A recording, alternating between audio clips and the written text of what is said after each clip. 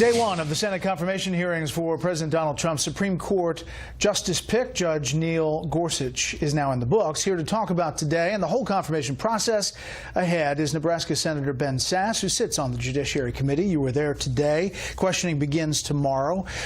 For a lot of people, just hearing him talk was interesting because we haven't been exposed to him much. Here is one of his the pieces of his opening statement. Take a listen. In the West, we listen to one another respectfully. We tolerate, we cherish different points of view, and we seek consensus whenever we can. My law clerks tell me that 97% of those 2,700 cases I've decided were decided unanimously, and that I've been in the majority 99% of the time.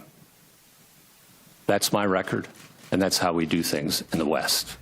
So in the majority 99% of the time, those stats, it might be tough for Democrats to say he's out of the mainstream.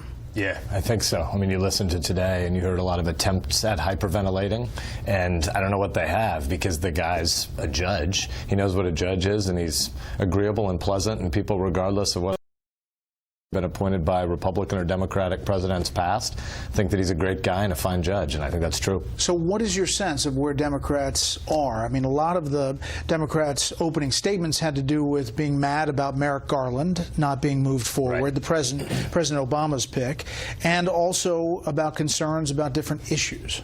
Yeah, I think there are a whole bunch of Democrats on the committee who, frankly, want a judge to be a super-legislator. That's not what our founders wanted. It's not what the constitutional duty is. It's not what the oath is that a judge takes, and it's not what the American people want. But you had a bunch of Democrats trying to say, I wish the outcome were different in this case. You should have made it so. And he says, I'm not an emperor. I'm a judge, and I have to deal with the law as it is, not as I wish it to be. So when they say, it's just not fair, when Merrick Garland wasn't taken up, what's your response? We face a situation where we have a qualified judge in front of us today, and that's what we're called to act on. I can't go through every hypothetical that exists about the Biden rule and the Schumer rule and the last year of a two-term presidential administration. The reality is there's a guy in front of us now who knows what a judge's job is, and he should be confirmed. And frankly, I think he should be confirmed 100-0. And I think there are a bunch of Dems who want to vote against him because of their own politics and their own partisanship and their own concern about their base. But it's hard to figure out what any of their actual substantive arguments are against the guy as a judge who would be upholding the Constitution. So is your sense that they're going to save their powder for the next fight, the next opening? I don't know. I mean, honestly, I hope for American civic health that there are a whole bunch of people who came into these hearings hoping they could find a way to vote against him, and they listened to him talk, and they listened to him affirm what a judge's job is, and they have to end up voting for him. I'm not betting on what that number is going to be right now, but I hope Democrats will listen seriously to his answers because he's a compelling, persuasive guy. In legal circles, you talk to people, and obviously it's speculation, but that possibly Justice Kennedy is going to retire as early as this summer. Your sense of that?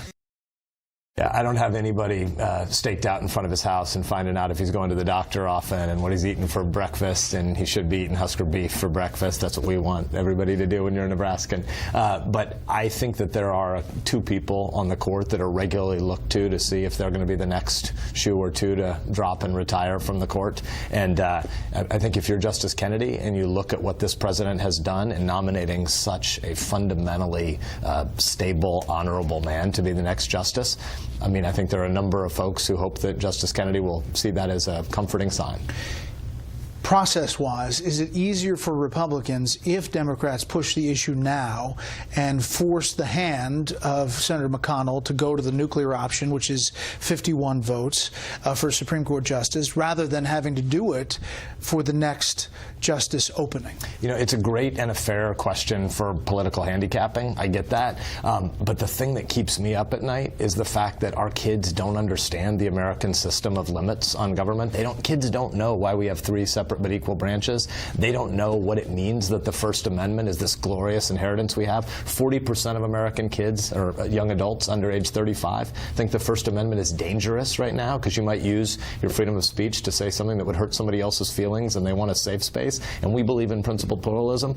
I don't want to fight about the politics of this. I want us to talk about what a judge's job is, and I want Democrats and Republicans to do the right thing and confirm this guy to the court. I think you're right. There's a very decent chance that if the Democrats decide to filibuster this, that it leads to a whole new conversation about how the Senate has to operate. But I think the only fact that's obvious is that the two facts are that Judge Gorsuch should be on the Supreme Court and Judge Gorsuch is going to be on the Supreme Court. You clearly were not a huge fan of Donald Trump as the candidate. Now he is president. You would say that this choice is a great decision by this president. Kudos to the president for a really great nomination. What do you say about the hearing today in the House where the FBI director said there is no evidence to support the president's tweets that President Obama ordered a wiretap? You know, I've been in the Judiciary Committee meeting in the Senate all day today, so I've only seen a few headlines on it, but it's a big deal, right? I mean, we are going through a big civilization warping crisis of public trust. It's not because of one thing in the last 2 months. It's not because of the last presidential election over the course of the last year. It has to do a lot with the way we consume media over the course of the last decade or two, where we don't have a lot of shared facts in the country right now. That's a big problem because you can't have a republic of free people that believe what we should believe as Americans, which is that the center of life is not this city. The center of life is where you raise your kids, and it's where you worship, and it's where you work. And then Washington exists to have servant leadership, to do a small number of really important things, to have a framework for ordered liberty that we pass on to the next generation. It's really important that we have shared facts about those things. So some of Director Comey's testimony today is a significant thing. So what do you want the president of your party to do, the president of this country to do? I would love it if the president would go out and explain to the American people what our national security strategy is for the next 25 and the next 50 years. Because the Cold War ended 27 years ago. The wall fell in Berlin in 1989. The Soviet Union dissolved in 1991. And we live in a world where when you talk to our generals, when you talk to our super spies, when you talk to people in the intelligence community, and I say to them, what keeps you up at night? They're worried about the future of cyber warfare. They're worried about jihadis. They're worried about non-state actors. And we need a national security strategy for 5 and 10 and 15 years in the future. And that requires the intelligence community to do some really important and hard stuff to protect our freedoms. Russia is not the only problem we face, but Russia does want to fracture NATO. Russia does want to create a world where there's more internal distrust of American against American, where we doubt our own values. And I would love to see our president go out and lead us forward to talk about who America is, what fundamental beliefs we share, and why the intelligence community is an important part of protecting and preserving those liberties. Last thing, a couple of the conservatives in the Senate, your colleagues, have said that this health care bill as written is not going to pass. Do you agree with that?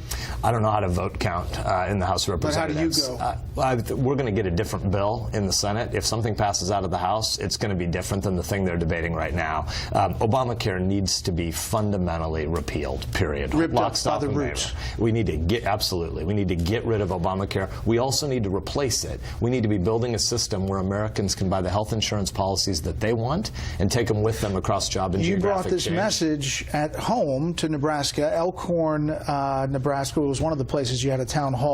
And we have some video of that, and there were people with red cards and green cards, and every time you said something they didn't agree with, they held up the red cards, and there were a lot of red cards that we saw in some of the video. Yeah. Was it a rough sell?